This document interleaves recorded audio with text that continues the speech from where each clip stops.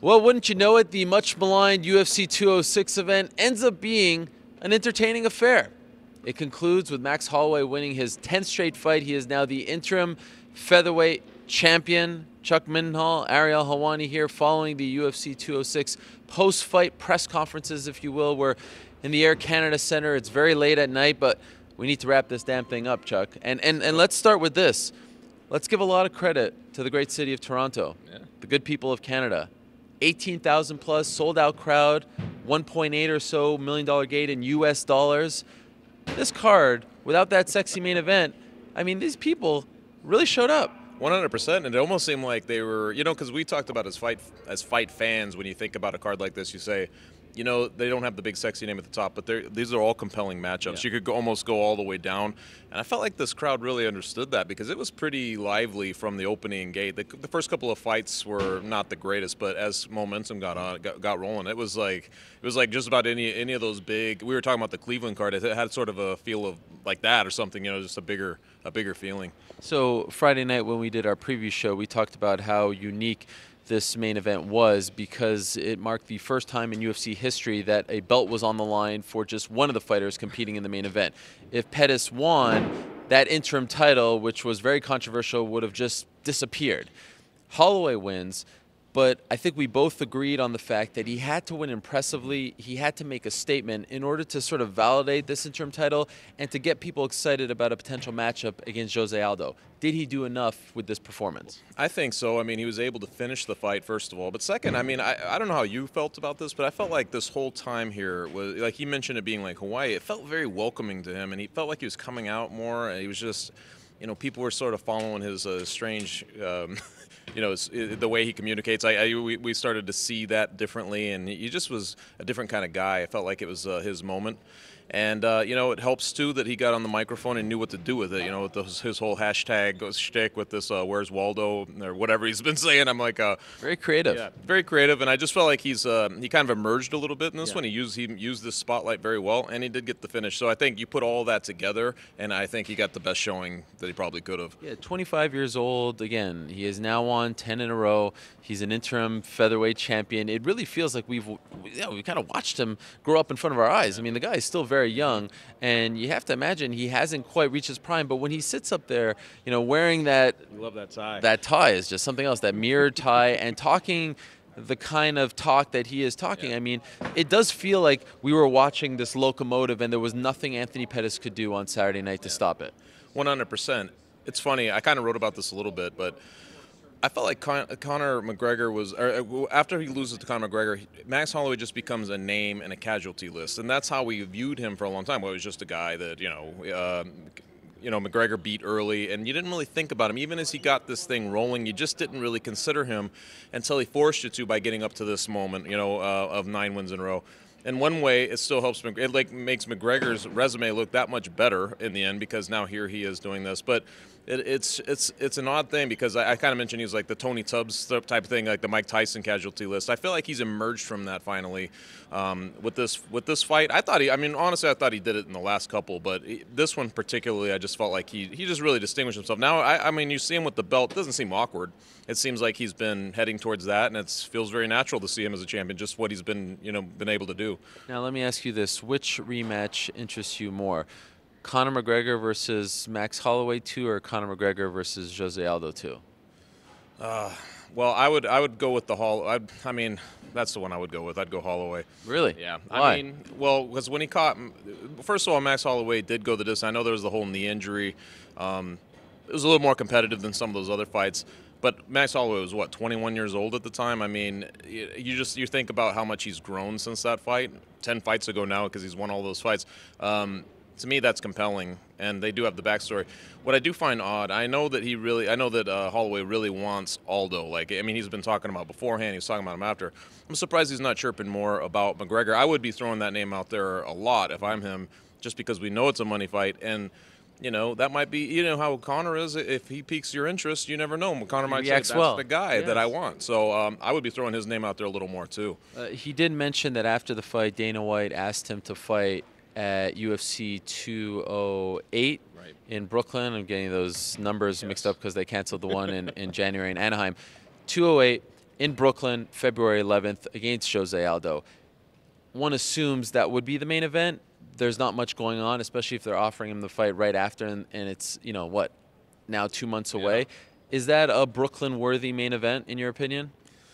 Man, that's a tough one. I think so. Okay. I mean, first of all, well, Jose Aldo has a name just from his time. That's a tough one, man. So, because you look at the New York market and you think, like, it's not going to be like Toronto. We know for a fact, having lived out there and everything, it's just you probably are going to have to gussy it up a little more than that and have like a really, another one that's either bigger than that or right there with it. But I certainly think that it could main event as long as you had a really strong co-main event to go with it. Yeah. I think that, the fact that they want each other, the fact that he's been calling out Aldo and Aldo's coming back and all these changed circumstances, I think that it could be built up the right way to be feel bigger than it did going into this fight.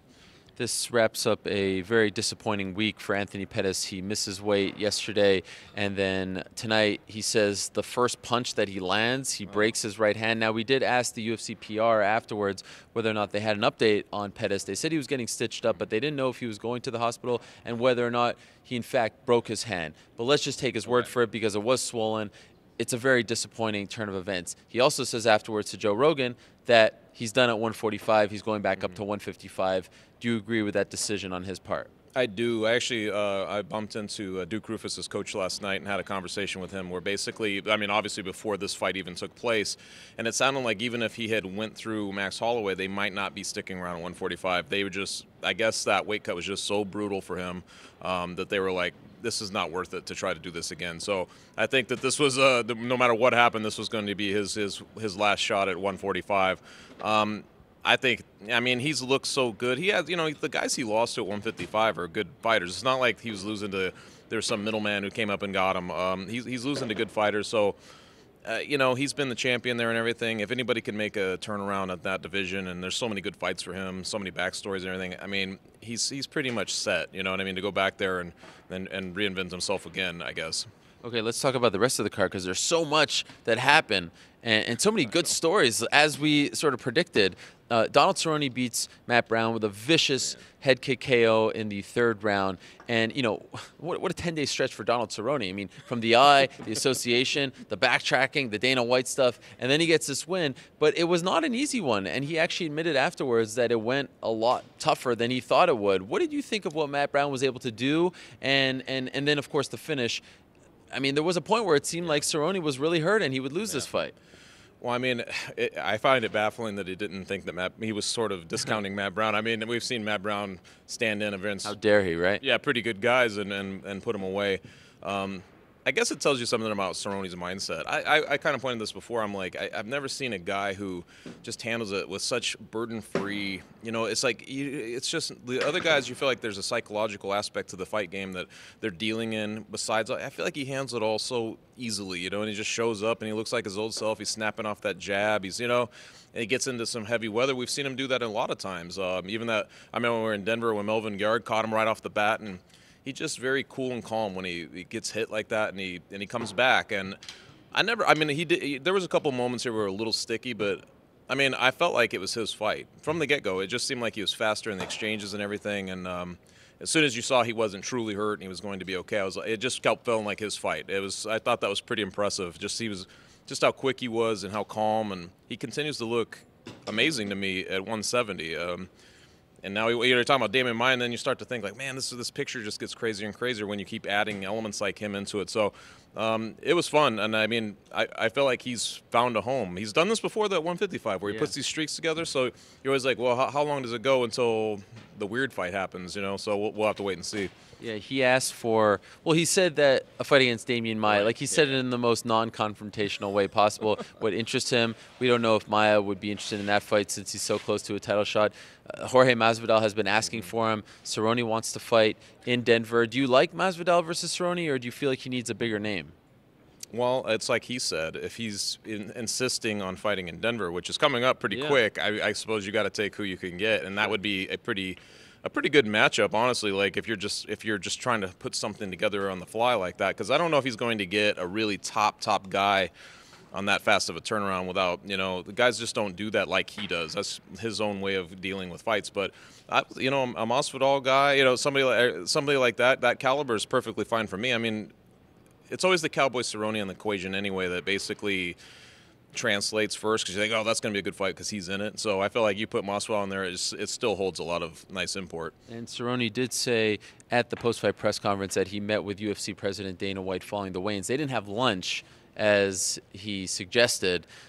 They met, they talked 15 minutes or so, and he said that they're on the same page. He was receptive, Dana White was, to some of his ideas about the future of the sport. So we'll see what happens there and whether or not he remains a part of that MMAAA. I wonder if one of his ideas was, hey, why don't I just stop doing that for a while, not be a part of that association. He did seem to wear the UFC gear a lot towards the end of the week. That was very interesting. Okay, now let's talk about Cub Swanson defeating Choi. One of the very best fights of the year, an unbelievable, the show of athleticism and toughness and skill, heart and will, every other word that you can think of to really kind of describe what happened in that cage. One of those fights where Swanson wins, according to two judges, 30-27. Another one had a 29-28, but that doesn't really tell the story. A fantastic fight. Do you agree? One of the very best fights of this year? Oh yeah, 100%.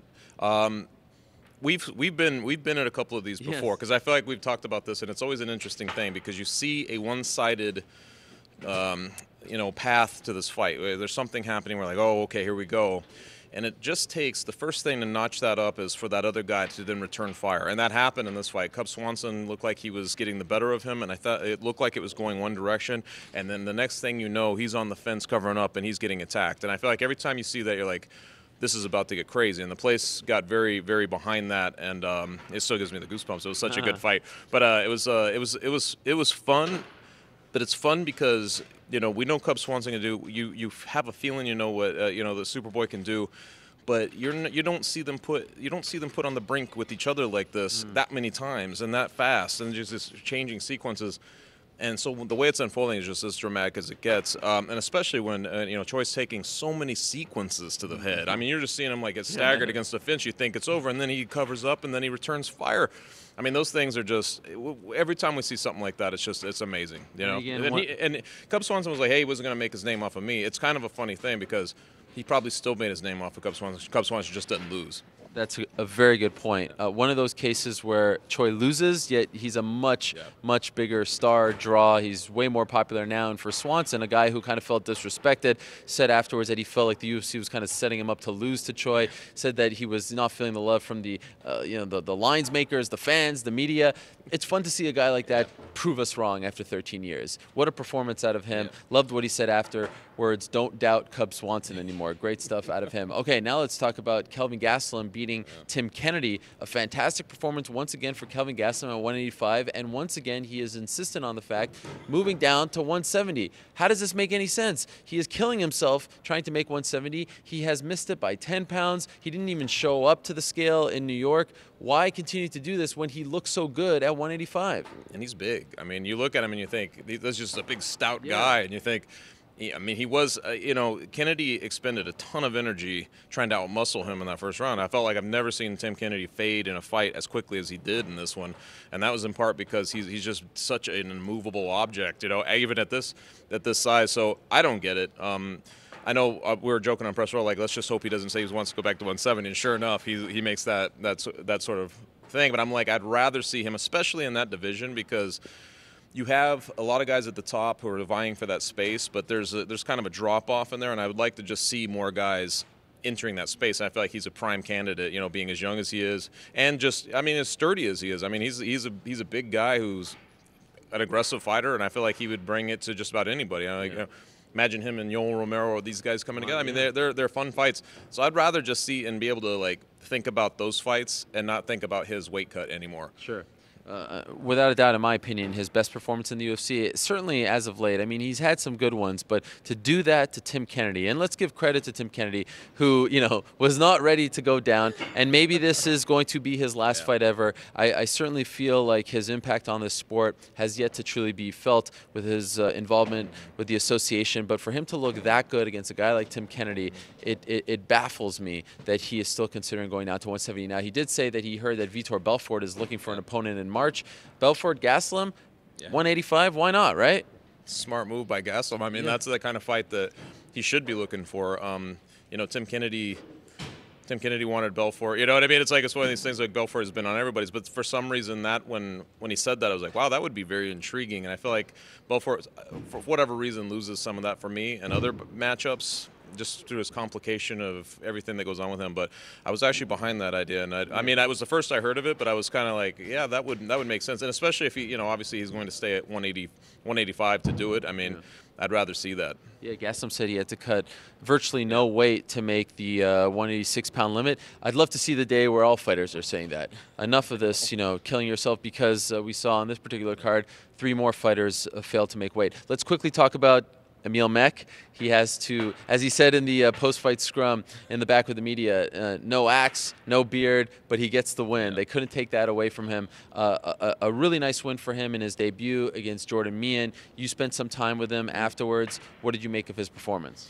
I thought he looked great, and you know, he was very, I mean, sort of reticent about his ground game. He was mostly talking about his power, and he was talking about how he could punish Meehan if he tried to come in on him. You know, he would have something for him. He tried that.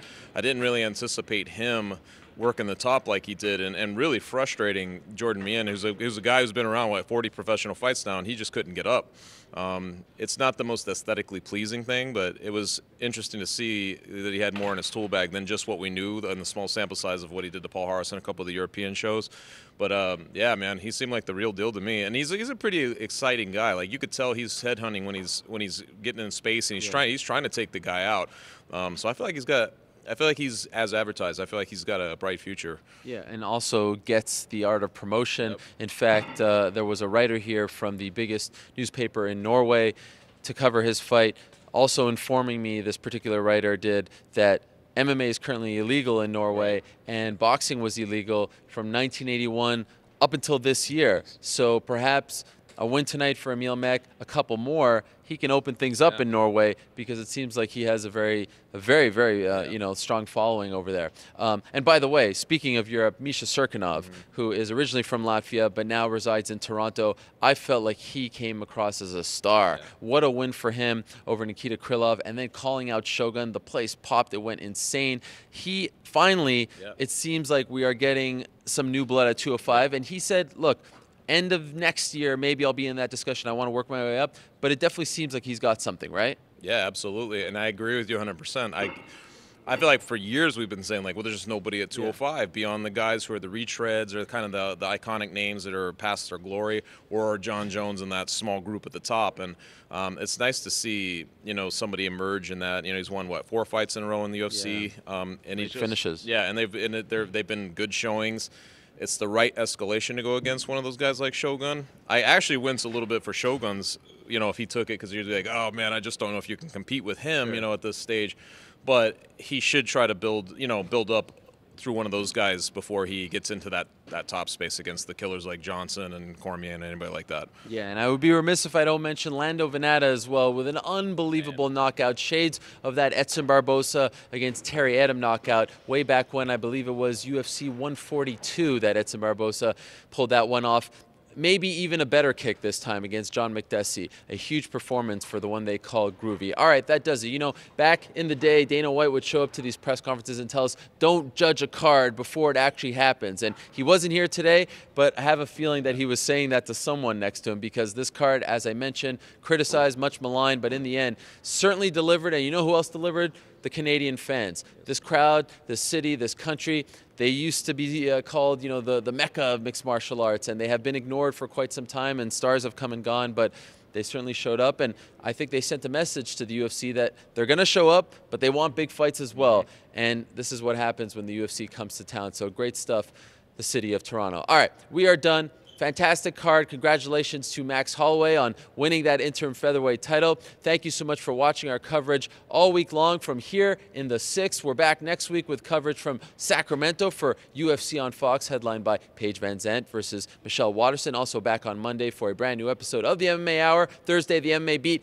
We're back to our regular stuff. Don't miss any of it, but we'll say goodnight for now. Again, thank you so much for watching. For Chuck, Casey, Esther, I'm Ariel. Good night from Toronto. Look at that.